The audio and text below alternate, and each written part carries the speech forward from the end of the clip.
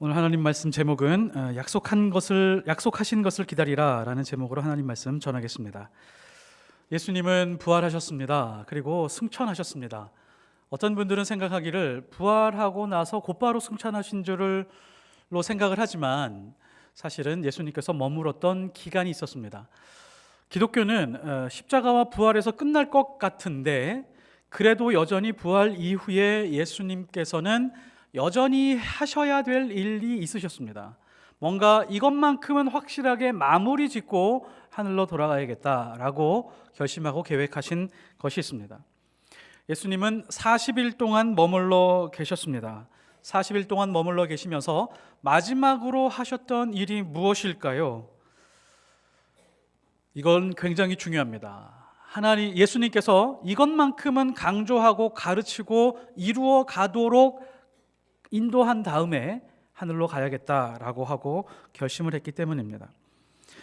예수님은 단 하나만 강조하셨습니다. 하나님 나라의 일에 대하여 말씀하셨다라고 오늘 말씀이 증거하고 있습니다. 예수님의 생애를 한번 잘 보실까요? 예수님의 공생의 시작, 30 초반쯤에 시작하셨을 때 처음으로 메시지를 전한 말씀이 있습니다. 마가복음 1장 15절에 보면 때가 찼고 하나님의 나라가 가까이 왔으니 회개하고 복음을 믿으라 라고 이렇게 첫 번째 메시지로 선포를 하셨는데 그것이 바로 하나님의 나라였습니다. 그리고 복음에 대한 것을 선포하셨습니다. 예수님께서 우리에게 기도를 가르쳐 주셨죠. 주기도문입니다. 이런 기도로 하나님 앞에 기도를 드려라 라고 하는 표본을 주셨는데 아버지의 나라가 오게 하시며가 첫 번째 자리에 차지하고 있습니다. 아버지의 나라가 오는 것은 굉장히 중요하다. 이 모든 것의 목적, 예수님이 오시고 십자가에 달리시고 부활하신 그 모든 목적을 이루는 것이 하나님 나라이기 때문에 아버지의 나라가 오게 해달라고 기도해라 라고 가르쳐 주신 겁니다. 그리고 그 말씀으로 쭉 설교하고 가르쳐 주시고 설명하는 그 아랫부분에 보면 이렇게 또 말씀하십니다. 너희는 먼저 그의 나라와 그의 의를 구하라. 그리하면 이 모든 것을 너희에게 더하시리라. 이것도 마찬가지입니다. 먼저 그의 나라를 구하라. 그리고 그의 의를 구하라. 하나님 나라에 대해서 계속해서 말씀해 주고 있습니다. 오늘 말씀처럼 3절에 보시면 40일 동안 하나님 나라의 일을 말씀하시니라 라고 말씀을 하셨는데 예수님의 목표는 십자가이고 부활이었지만 이 전체적인 그림에서 완성하고 싶은 것은 바로 하나님 나라의 일이었습니다. 그 하나님 나라의 일의 바통을 지금 제자들에게 넘겨주는 작업을 하고 승천하시는 것입니다. 예수님은 이렇게 하나님 나라에 대해서 끊임없이 강조를 하셨는데 바울은 어땠을까요? 바울이 복음을 전하려고 온 생애와 온 힘을 다했었는데 바울이 전한 메시지가 무엇이었을까요? 사도행전에 보면 19장 8절 바울은 에베소에서 3개월 동안 머뭅니다. 거기서 3개월 동안 머물면서 강론한 것이 있는데 하나님 나라에 대하여 강론하였더라 라고 말합니다. 예수님은 40일 동안 가르쳤었던 그 내용을 조금 더 늘려서 90일 동안 한 2배 정도 더 확장해서 사도 바울이 하나님 나라에 대해서 강론했습니다. 사도 바울은 자기 생애 맨 끝에까지 전했었던 메시지가 무엇일까요? 이제 자기가 죽음을 얼마 앞두었다라고 하는 것을 알고 있었습니다. 자, 그 시점까지 사도 바울이 어떤 메시지를 전했는지 사도행전은 전해주고 있습니다. 사도행전 28장 31절 마지막 구절입니다. 하나님의 나라를 전파하며 주 예수 그리스도에 관한 모든 것을 담대하게 거침없이 가르치더라. 사도 바울도 마찬가지였습니다. 사도 바울이 십자가와 부활을 붙들고 살아가긴 했지만 전체적으로 큰 그림, 하나의 목표, 표대를 향해서 달려갔는데 그 표대가 바로 하나님 나라였습니다. 그래서 로마 감옥에 갇혀 있으면서 전세방에 살면서 마지막까지 담대하게 거침없이 전하고 있었던 것이 하나님의 나라요 예수 그리스도에 관한 것을 전하고 있었습니다. 구약 성경을 보면요 구약 성경 전체에서 꿈꾸고 있는 것이 있습니다. 창세기에서부터 말라기까지 구약 성경에서 꿈꾸는 것은 메시아를 통해서 하나님 나라가 오게 하는 것입니다. 이것이 구약 성경이 꿈꾸는 것입니다. 신약 성경에서 복음서, 사도행전 혹은 서신서, 요한계시록 이 모든 것의 퍼즐을 하나 맞춰보면 하나님 나라구나 라고 확인할 수 있을 정도로 성경은 하나님 나라에 대해서 강력한 메시지를 전해주고 있습니다. 그래서 부활 이후에 40일 동안 예수님은 제자들과 정기적으로 만나셨습니다. 4절 말씀에 보면 사도와 함께 모이사라고 하는 이 말씀은 원래 원어에서 살펴보면 함께 식사하다, 함께 소금을 먹다라고 하는 그런 뜻입니다. 정기적으로 제자들을 만날 때 식사하고 식사 전후에 하나님 나라의 일에 대해서 항상 가르치고 알려주시고 선포해 주셨습니다. 그런데 이렇게 하나님 나라에 대해서 성경은 끊임없이 강조하고 있고 예수님은 이것만큼은 마무리하고 하늘로 가야겠다라고 하는 이 하나님 나라에 대한 이 말씀은 우리는 솔직히 이 하나님을 믿으면서 하나님 나라가 오게 하시며 하나님 나라에 대해서 별로 감흥이 없습니다. 옛날에 이런 유행어가 있었는데 혹시 기억할지 모르겠습니다. 솔까말, 솔직히 까놓고 말해서 하나님의 사람들이 믿음을 가지고 있다고 하는 사람들이 하나님 나라에 대해서 듣게 되면 별로 가슴이 뛰지 않습니다. 내 인생과 별로 상관이 없고 하나님 나라 일에 대해서 내가 뭐 크게 할 것이 있을까라는 생각이 있습니다. 더구나 지금 내가 당하고 있는 이 문제들부터 해결해야 되는데 하나님 나라가 나와 무슨 상관이야? 라고 하면서 무시당하기 일쑤입니다. 하나님 나라에 대한 말씀은 귀에 잘 들어오지 않습니다. 제자들도 마찬가지였죠. 예수님과 함께 3년을 먹고 자면서 보고 듣고 배웠습니다. 심지어 부활하시고 나서도 예수님은 이 하나님 나라에 대해서 아무리 말하고 가르치고 하더라도 제자들이 어떻게 생각하고 받아들였는지 오늘 말씀에서 나오고 있습니다. 6절에 보면 그들이 모였을 때 예수께 여쭈어 이르되 주께서 이스라엘 나라를 회복하심이 이때니이까 하니, 십자가에 달리기 전에도 하나님 나라에 대해서 가르쳐 주셨고 부활하신 이후에 집중적으로 하나의 주제에 대해서 설명을 해 주었음에도 불구하고 제자들이 엉뚱한 소리를 하고 있는 겁니다. 예수님이 메시아라는 것을 믿습니다. 예수님이 우리 죄를 위해서 십자가에 달리시고 우리를 구원해 주셨다는 것도 믿습니다. 당신이 죽었다가 다시 살아났다라고 하는 것도 믿습니다. 그런데 하나님 나라는 우리와 상관이 없는 것 같은데요, 그냥 이스라엘 나라만 빨리 회복시켜 주십시오. 제자들이 반응하는 것 보십시오. 엉뚱하게 받아들이고 엉뚱한 질문을 하고 있습니다.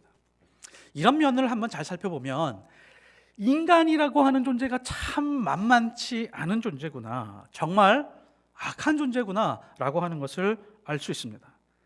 예수님은 죽은 아이를 살려내셨습니다. 그리고 무덤에서 시체로 썩어가서 냄새가 풀풀 나고 있는 그 시체를 말씀 한마디로 불러내서 살리신 분이십니다. 심지어 자기 자신이 죽고 살아나서 사람들 500명에게까지 보였던 그 기적을 보여주신 분이었음에도 불구하고 그것을 분명하게 목격했었던 인간들이, 제자들이 조금도 변하지 않습니다. 구약을 한번 보십시오. 이스라엘 백성 한번 보십시오. 하나님이 선택하셨습니다. 하나님이 놀라운 은혜로 수천 년 동안 인도하시고 기적을 베푸시고 그 백성을 만들어 오셨습니다. 그런데 그 백성들 말라기 끝까지 한번 읽어보면 일부러 의도적으로 하나님의 말씀을 안 들으려고 작정한 백성들처럼 그렇게 살아가는 것을 볼 수가 있습니다. 자기 잘못인 줄 뻔히 알면서도 우리는 미안하다 말하는 것을 굉장히 어려워합니다. 부부 사이에 여보 미안해, 내가 잘못했어, 내가 잘못 생각한 것 같아, 내가 오해했어, 이렇게 말 한마디면 끝날 것을 다른 것으로 계속 쌓여가면서 감정도 상하고 점점 다른 것들 문제로 인해서 부부 사이가 멀어가는 일들이 비일비재합니다. 미안하다 말 한마디면 끝났을 것을. 자녀에게도 마찬가지죠. 아빠가 미안하다, 엄마가 미안해. 부모가 돼서 처음 부모로서 키워보는 거라서 좀 서툴렀다, 미안해, 좀 이해해 줄 수 있겠니? 그러면 자녀들이요 충분히 이해해주고 수용해주고 오히려 존경할 수 있을 텐데 그냥 권위로 눌러버리고 무시하는 그런 부모들도 있다고 합니다. 인간이 이런 존재입니다. 하나님도 너무 잘 알고 계셨고 예수님도 너무 잘 알고 계셨습니다. 이렇게 인간이 이해하지 못할 때 하나님이 취하시는 아주 전형적이고 공식적인 방식이 있습니다. 이렇게 구제불능의 인간들을 조금 높은 수준으로 끌어올리는 방법이 바로 약속을 주시고 명령하는 방식입니다. 약속을 끊임없이 주시고 기억하게 하시고 그것을 가지고 지키게 하신 다음에 명령하시고 그것을 따라오게 하시는 것이죠. 왜냐하면 인간이라고 하는 존재가 이해하고 납득하고 공감하는데 시간이 너무 오래 걸립니다. 이해시키고 또 설득하고 또 설명하자고 하면 너무 오랜 세월이 가고 있기 때문에 하나님은 이런 방식을 사용하는 것이죠. 인간이요 아무리 똑똑하다라고 할지라도 이해력이 그리 높지 않습니다. 아무리 세계 최고의 대학을 나온다라고 할지라도 역사의 길이 남을 그런 학자라고 할지라도 사람의 마음을 잘 이해하지 못하고요 서로에게 공감하지 못하는 존재가 바로 인간입니다. 그래서 하나님의 일을 이루어 가실 때 하나님께서는 항상 명령의 형태로 주십니다. 그래서 우리는 명령을 묵상하고 명령에 순종하면 하나님의 뜻을 더 빨리 파악하고 우리는 효율적으로 신앙생활을 할 수가 있습니다. 이 능력을 무엇이라고 하면 이순신의 능력이라고 합니다. 이순신의 능력이라고 하는 것은 이것입니다. 하나님이 나에게 주신 이 말씀에 대하여 할 수 있는 것은 순종하고 순종하기 어려운 것은 충분히 신뢰하는 것입니다. 이게 이순신의 능력입니다. 순종하고 신뢰하는 것. 오늘 말씀도 마찬가지입니다. 하나님의 일을 이루어 가야 되는데 이 일을 이루어 가게 하기 위하여 예수님은 제자들에게 명령의 형태로 아버지의 약속을 기억하게 하고 그 다음에 명령을 붙들게 만드십니다. 자, 오늘 말씀 1장 1절에서부터 8절까지는 우리가 너무 잘 아는 내용인데 어떤 말씀이 명령일까요? 어떤 말씀이 명령으로 주어졌을까요? 많은 사람들이 이렇게 생각합니다. 8절이 명령인 거다라고 생각을 합니다. 8절에 보시면 땅끝까지 이르러 내 증인이 되리라. 이게 명령일까요? 명령 아닙니다.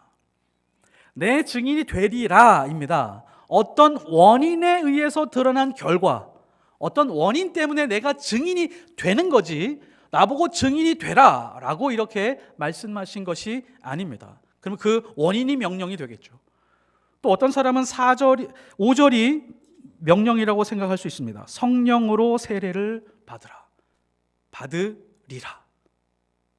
성경은 우리에게 받으리라라고 말했지 성령 세례 받으라라고 명령하지 않았습니다. 이것도 또한 그 앞에 어떤 원인, 그 원인을 붙들고 있으면 자연스럽게 드러나는 결과들이다.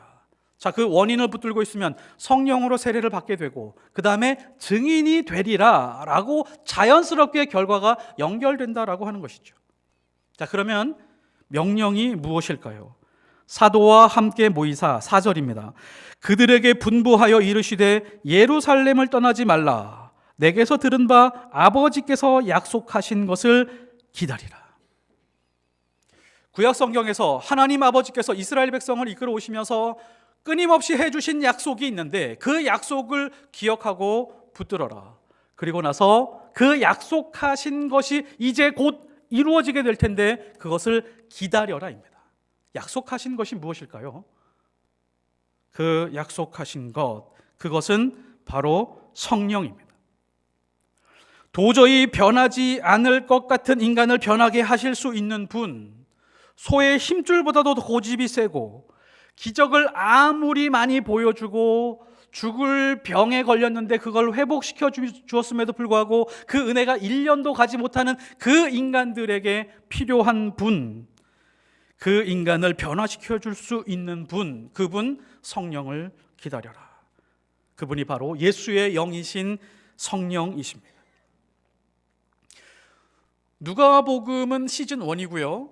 사도행전은 시즌 2입니다. 시즌 1 누가복음 마지막 말씀도 동일합니다. 24장 29절에 보면 볼지어다 내가 내 아버지께서 약속하신 것을 너희에게 보내리니 너희는 위로부터 능력으로 입혀질 때까지 이 성에서 머물라 하시니라. 명령입니다. 이 성에서 머물러라. 왜요? 아버지께서 약속한 것이 있으니까 머물러라, 기다려라. 성령의 능력으로 덧입혀지게 될 거야 라고 하면서 우리에게 마지막으로 가르쳐 주신 것입니다. 여기에서 능력이라고 하는 것을 오해하면 안 됩니다. 사업을 잘하게 되는 능력 아닙니다. 공부를 잘하거나 세상에서 출세해서 유명해지는 능력도 아닙니다.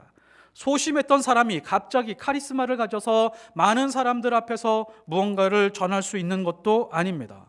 바로 이순신의 능력입니다. 어떠한 상황에서도 하나님이 주신 말씀이라고 하면 완전하게 순종하고자 하는 의지와 결심, 그리고 하나님이 주신 그 말씀에 대해서 완전한 신뢰를 가지고 죽음의 자리라고 할지라도 걸어갈 수 있는 그런 힘, 그런 능력을 말합니다. 이것이 위로부터 오는 능력입니다. 여기서 잠깐 퀴즈 하나 풀고 넘어가도록 하겠습니다. 성령이 없어도 그리스도인이라고 말할 수 있다 없다? OX 퀴즈입니다. 어떤 사람들이 종교를 적으라고 하면 종교란에 지면에 그래도 기독교 이렇게 적는 분들이 많으시잖아요. 자, 그럼 기독교인이라고 말할 수 있으려고 하면 성령이 반드시 필요하다, 반드시 필요한 것 아니다. 무엇일까요? 반드시, 진짜예요? 진짜입니다. 성령이 없으면 그리스도인 아닙니다. 고린도전서 12장 3절에 보면 성령으로 아니하고는 누구든지 예수를 주시라 할 수 없느니라. 로마서 8장 9절에 보면 누구든지 그리스도의 영이 없으면 그리스도의 사람 아니라, 그리스도인이 아니라 라고 말씀하고 있습니다. 성령이 있어야 진짜 하나님의 자녀 될 수 있습니다. 성령이 없으면 가짜 그리스도인입니다. 가짜 하나님의 자녀입니다. 그래서 모든 그리스도인은 삶을 살아갈 때 사소한 일상에서부터 큰 결정을 하는 데까지 성령이 아니고서는 결정하지 않아야 됩니다. 성령으로 시작하지 않고 성령보다 먼저 앞서가서는 절대로 안 됩니다. 교회라고 하는 곳은 예수 안에서 성령으로 연합한 공동체여야 합니다. 성령을 보내주신 이유가 뭐죠? 예수님이 성령을 기다리라고 하신 이유가 뭘까요? 예수님이 분명하게 우리에게 답을 주셨습니다. 그것이 너희에게 유익하기 때문이다. 요한복음 16장 7절의 말씀. 그러나 내가 너희에게 실상을 말하노니 내가 떠나가는 것이 너희에게 유익이라. 내가 떠나가지 아니하면 보혜사가 너희에게로 오지 아니할 것이요 가면 내가 그를 너희에게로 보내리니. 예수님이 떠나시고 성령이 오면 유익이 있다는 말씀입니다. 어떤 유익이 있을까요? 예수님이 오신 것에 대해서 임마누엘이라고 말합니다. 임마누엘이 뭐죠? 하나님이 우리와 함께 하시다라고 하는 겁니다. 예수님이 오셨을 때는 우리와 함께 하고 있습니다. with us입니다. 우리와 함께 계신 거죠. 그러나 아직 내면 깊은 곳으로 들어가서 영혼 깊은 곳, 생각과 마음 깊은 곳에서 직접적으로 간섭하는 것은 아닙니다. 성령을 보내주신 것은 무엇이냐? 우리의 영혼과 생각과 마음 깊은 곳으로 들어오시는 겁니다. 우리 안으로 들어오시는 겁니다. 이게 뭐냐면 in us입니다. 그래서 내주하시는 성령님이라고 말합니다. 그래서 더 유익한 겁니다. 성령께서 직접 들어오셔서 우리의 생각과 우리의 마음과 우리가 가지고 있는 모든 혼동과 방황과 갈등에 대해서 질서를 잡으시는 분이죠. 그래서 유익하다는 겁니다. 근데 우리는 처음 성령을 경험하게 될 때 어떤 특정한 불을 받거나 막 뜨거워지거나 이런 것 말고 실제 우리가 성령의 인도함을 받게 될 때 굉장히 불편합니다. 간섭을 받는 것처럼 불편하게 되는 것이죠. 그래서 성령이 계시지 않으면 우리는 하나님의 자녀라고 할 수 없는데요. 사도행전에서 말하고 있는 성령과 함께하는 자녀들의 세 가지 특성이 있습니다. 첫 번째는 우리 내면의 간섭이 있습니다. 누가요? 성령께서. 근데 이 간섭이라고 하는 것은 사실 불편한 것입니다. 자녀들이 부모가 있는 것을 고마워할 때가 더 많을까요? 아니면 부모가 있는 것을 귀찮아할 때가 더 많을까요? 그동안 계속 자식이었었다가 이제 부모님이셨잖아요. 어떻게 구분하실 수 있을까요? 부모는 아이가 갓 생명으로 태어나면 온 힘을 다해서 아이를 키웁니다. 어떻게 세균이라도 들어서 병이 들까? 조금이라도 아파서 열이 나고 경기라도 일으키면 부모가 사색이 됩니다. 할머니, 할아버지도 사색이 됩니다. 그러다가 병원에 입원했습니다. 입원한 기간이 오래 되고 아이가 아파하는 모습을 보면 부모는 차라리 내가 아플 걸, 하나님 차라리 저에게 병이 들게 해주십시오. 쟤는 오히려 낫게 해주십시오. 이런 심정으로 자녀를 키웁니다. 10년, 20년 그렇게 키워갑니다. 그런데 자녀들은 언제 철이 드는가 봤더니 10대도 아니고 20대도 아니고 30대도 아니고 결혼하고 나서도 조금 이제 철이 든 것 같아서 전화하면서 엄마 아빠 이렇게 힘들으셨군요 라고 한마디 하고 철 들은 줄 알았는데 아직도 여전히 똑같습니다. 이게 자식의 모습입니다. 자식들이요, 시간이 지나면서 10대 20대 넘어가면 부모의 간섭을 피해서 빨리 집 나가서 나 혼자 독립해야지, 이런 생각을 가지고 살아갈 때가 많이 있습니다. 조금이라도 간섭하기만 하면 귀찮아하는 때가 많은 것이 바로 자녀들입니다. 톰 소여의 모험에서 톰이 가장 부러워하는 사람이 있는데 그 사람이 허클베리 핀입니다.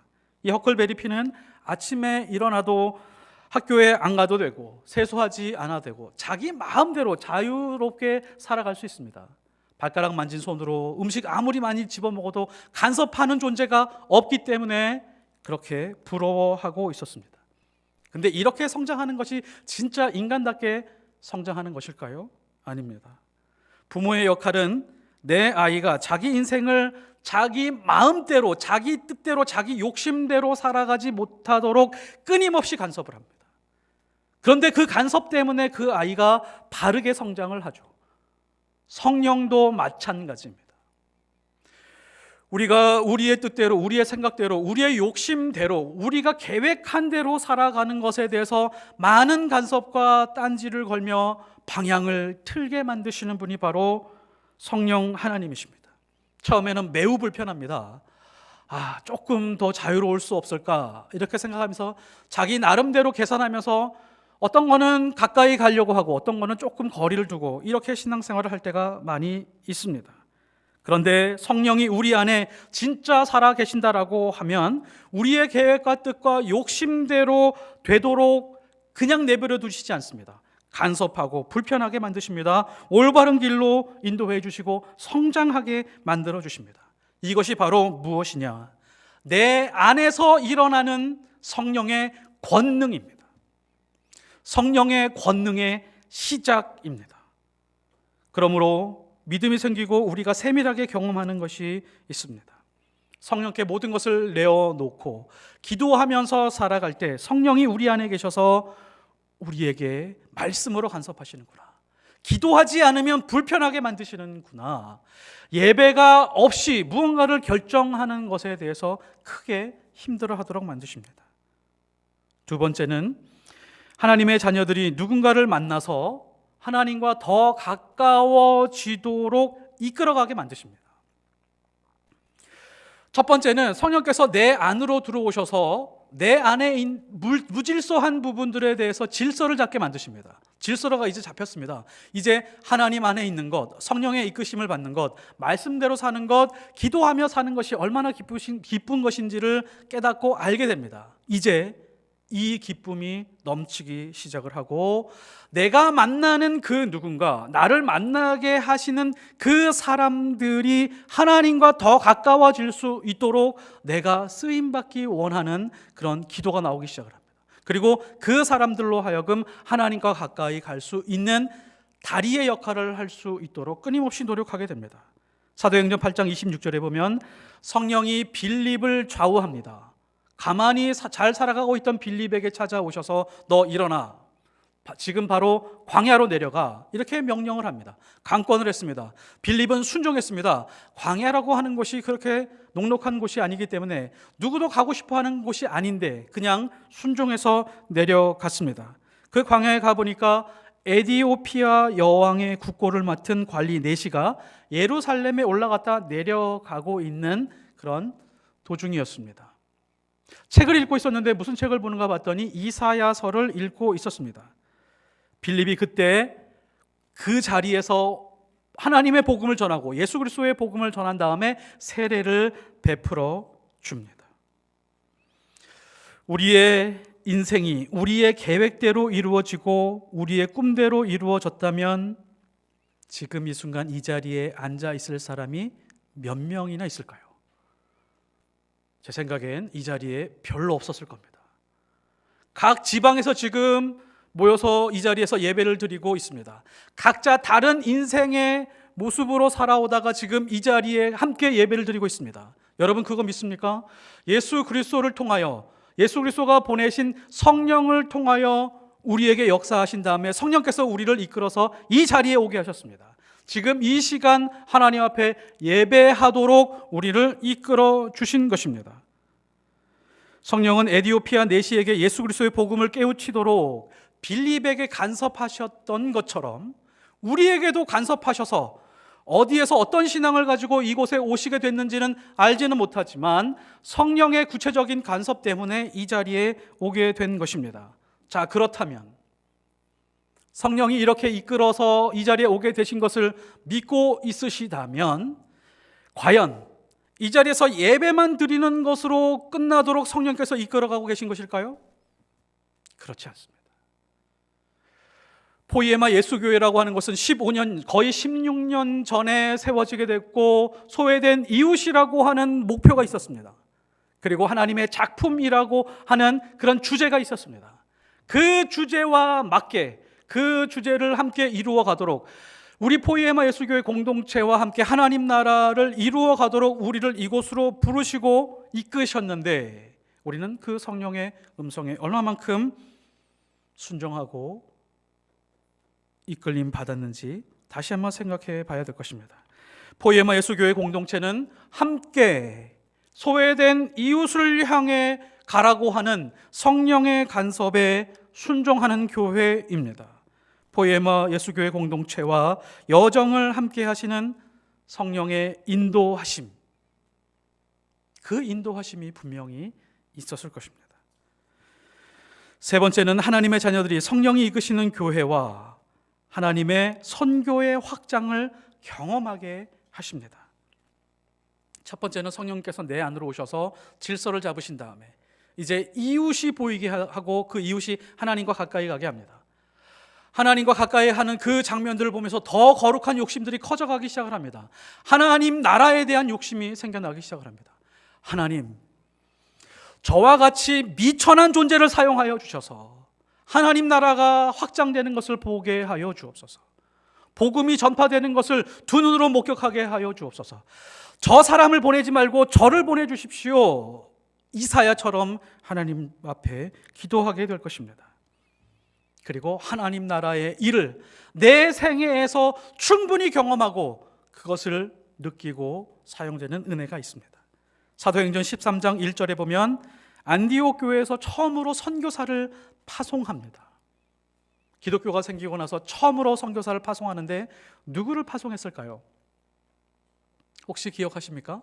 바울과 바나바를 파송했습니다.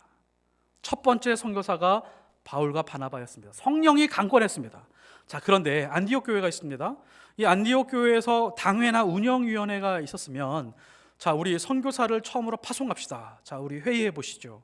라고 했으면 누구를 파송하는 것이 유리했을까요? 아마 회의에서 다 한 목소리로 베드로와 요한이라고 말했을 것 같습니다.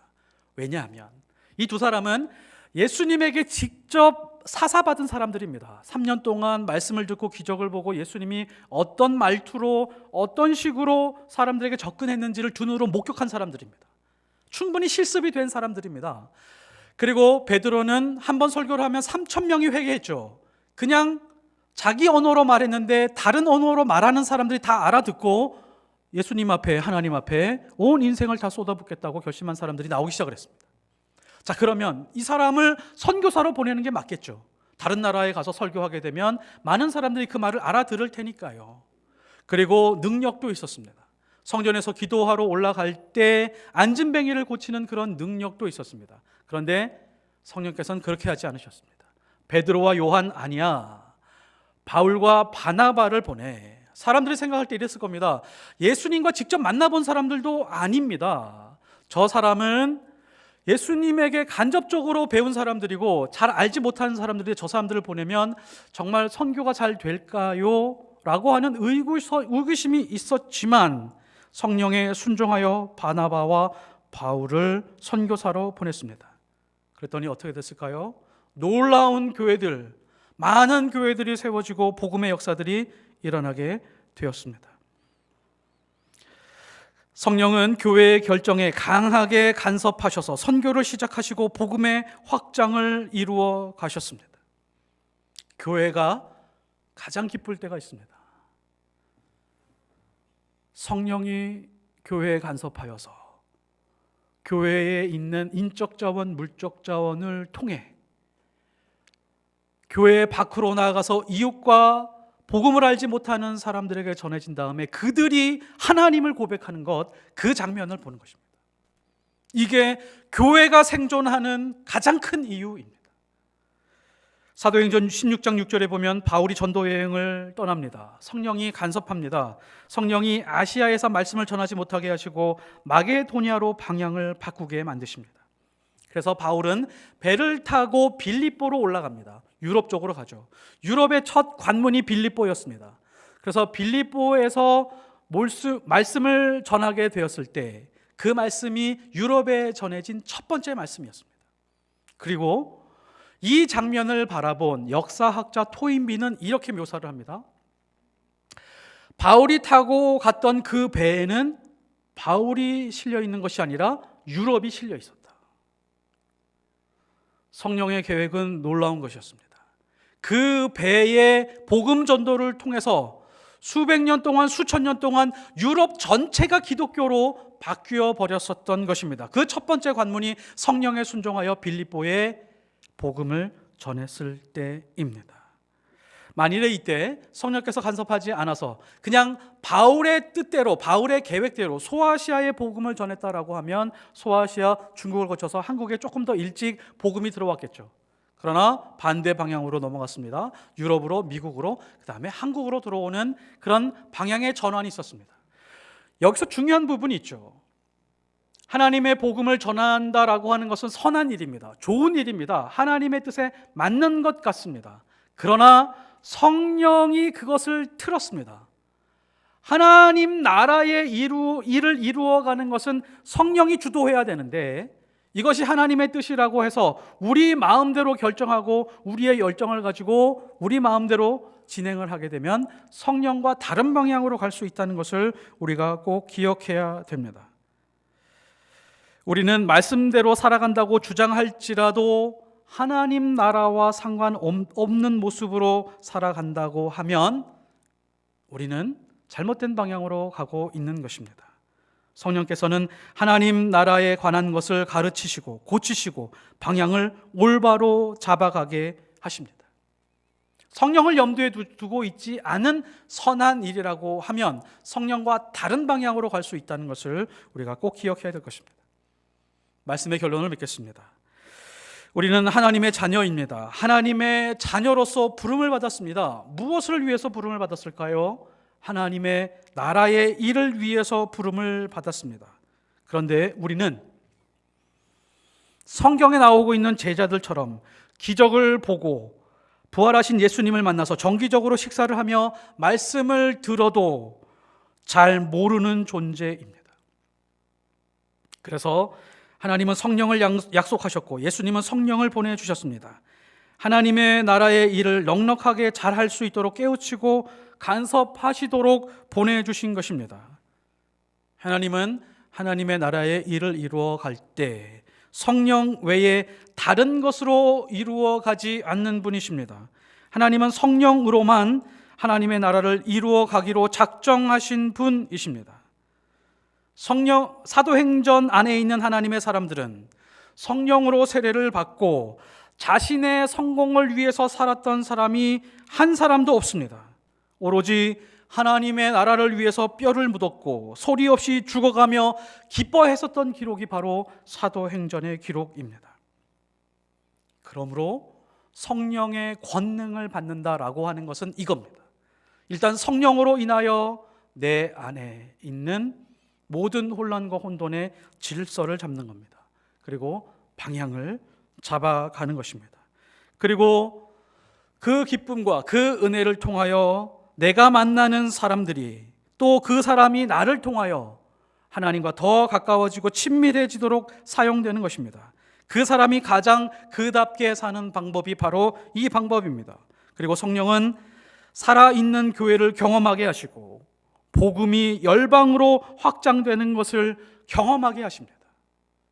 만일에 이런 선교와 복음의 확장에 대해서 관심이 없고 이런 부분에 있어서 자신을 제한시킨다라고 하면 우리는 온전한 신앙을 경험하기가 어렵습니다. 하나님의 뜻을 충분히 경험하기가 어렵습니다. 이것이 성령의 권능 안에 있는 삶입니다. 인생이 길지 않습니다. 앞으로 우리 인생이 몇십 년밖에 남지 않았습니다. 살아있다라고 할지라도 건강 나이가 있습니다. 건강하게 걸어다니고 뛰어다니고 말하고 내 육체를 충분히 활용해서 하나님을 위해서 쓰임받을 수 있는 그 시간이 사실 많지 않습니다. 육체가 쇠하여 가고 눈도 잘 보이지 않고 잘 걷지도 못하는 그 시점부터는 사실 조금 힘든 부분이 있습니다. 그 전까지 우리는 이렇게 나와서 예배 드릴 수 있는 이 순간들을 모두 활용하여 하나님 나라를 위해서, 복음을 위해서, 선교를 위해서 쓰임받는 것에 대한 갈망과 갈증이 있었으면 좋겠습니다. 모든 문제 안에서 성령을 먼저 구하십시오. 그리고 나에게 주어진 모든 현실 속에서 성령을 찾으십시오. 그리고 그 성령으로 이웃의 문을 두드리십시오. 성령이 내 안에서 간섭하셔서 못 보게 하던 것을 보게 하시고 깨닫지 못한 것을 깨닫게 하시며 미천한 내 모습, 이 모습이지만 누군가를 살려내는데 사용하는 하나님의 은혜를 보게 될 것입니다. 그 영광으로 살아가는 하나님의 사람들이 되시기를 예수 그리스도의 이름으로 축복합니다. 기도하겠습니다. 하나님, 우리가 하나님의 말씀을 사모한다고 하면서 하나님 나라에 대한 말씀에 대해 큰 감흥이 없습니다. 복음과 선교에 대한 뜨거운 열정이 언제부턴가는 사라지고 없습니다. 어느 시점에선가부터는 그냥 예배 드리는 것으로 신앙의 모양을 다 한 것처럼 그렇게 위로할 때가 있습니다.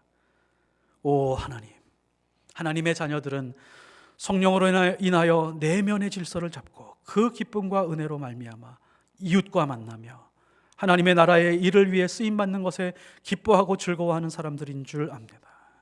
하나님, 우리 교회가 그런 교회 되게 하여 주시고 우리 이 자리에서 예배드리는 모든 사람들이 하나님 나라에 쓰임받는 것으로 기뻐하고 즐거워할 수 있는 그런 교회 되게 하옵소서.